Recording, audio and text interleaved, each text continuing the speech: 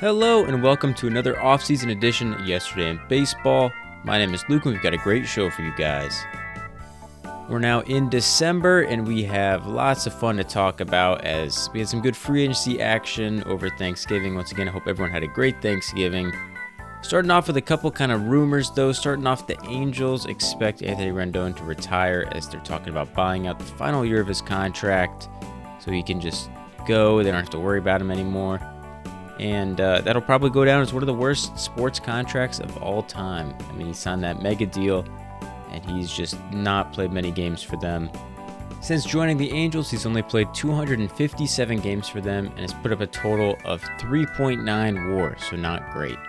But enough about that stinker of a contract. Let's talk about some potential new ones. One player that's been especially intriguing to me this offseason has been Kyle Schwarber, formerly of the Philadelphia Phillies. You know, there's been talks about him maybe going to Pittsburgh. I said that he'd be a good fit with the Reds.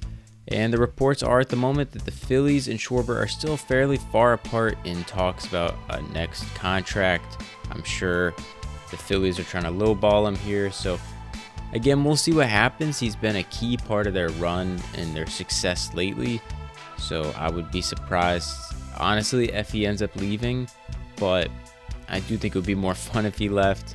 And that is kind of interesting to me. I wouldn't have expected them to be so far apart in extension talks there. So we'll see what happens.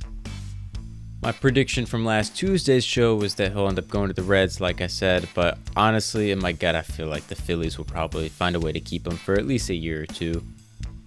And in our biggest deal so far signed this offseason, Dylan Cease went to the Toronto Blue Jays, signing a 7-year deal worth $210 million. Now, Cease is a very talented pitcher. He's going to be 30 next season, and he's got a career 3.88 ERA, and he's got a 4.55 ERA from 2025. Really not great. He was very inconsistent. You know, some games he'd go out there and shove, going deep into the games and looking dominant, and then the next game he'll go out there and throw 3-4 innings and just look terrible. So it's a lot of money. The starting pitching market is going to be kind of crazy this year in my opinion, because I don't know if he's necessarily worth that much in terms of annual value, but I mean, he's definitely got it in the tank. He just needs to kind of right the ship. So I'm not saying it's a bad contract. I think it'd absolutely work out to be a good one.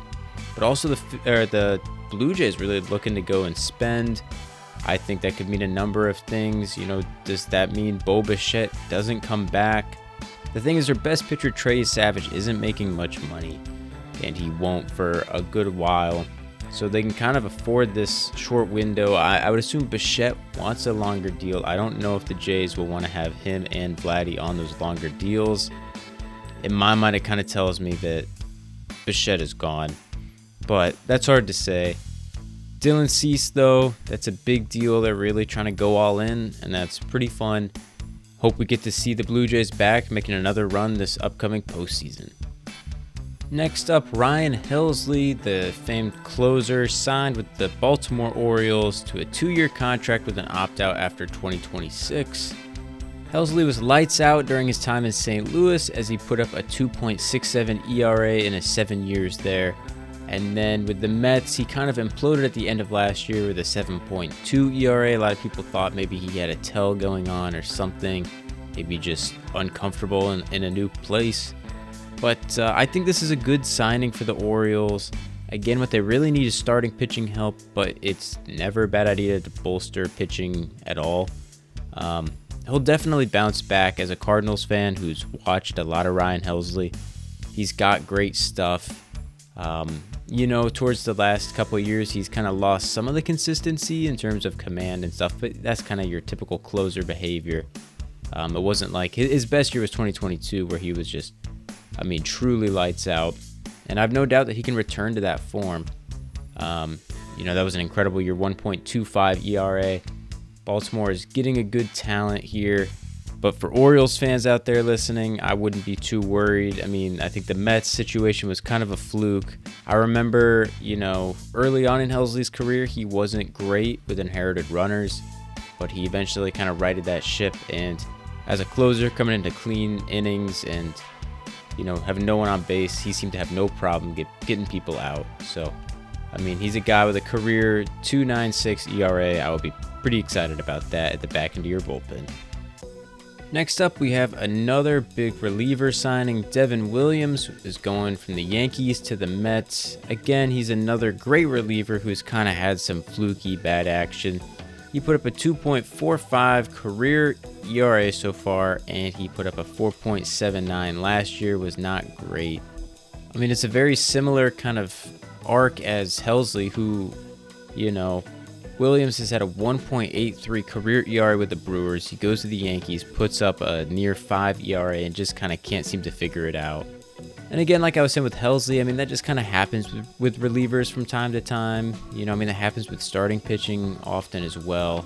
I think it's just easier to see that with starting pitchers because their sample size is so much less. Once again, if I was a Mets fan, I would be excited. Again, he wasn't great, but in September, he kind of righted the ship a little bit as he had a sub-4 ERA and was perfect in the postseason in a small sample size given, but that was better. His expected ERA, according to StatCast, was a 3.09, so, he kind of might have had some poor luck with batted balls and whatnot. So, again, he's got the talent absolutely there. He's still fairly young, he'll be 31 this year.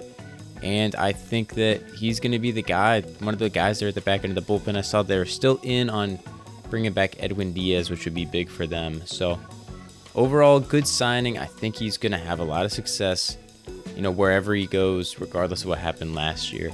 I would assume that those numbers will regress back to the mean, and he'll be that kind of lights out reliever that we're used to seeing. Maybe not a sub-2 ERA reliever, but someone that you feel confident coming in, 8-9 times out of 10. Also, we had that Sonny Gray trade last Tuesday, and we kind of now, at the time of recording, that's when that broke. So we have the return. Brandon Clark and Richard Fitz are going to St. Louis in return for Sonny Gray and about $20 million.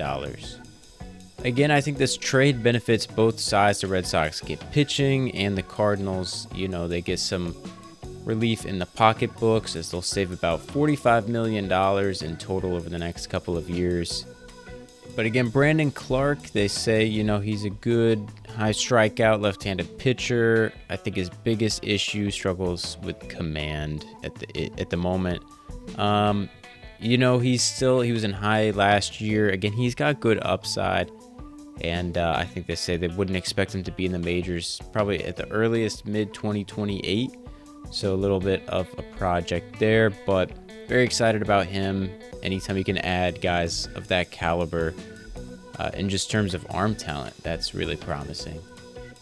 And then we have Richard Fitz, who is 25. He made his MLB debut back in 2024. He hasn't pitched a ton of innings. He's just made 15 MLB starts to a 3.97 ERA. He had a 5 ERA last year in 11 games.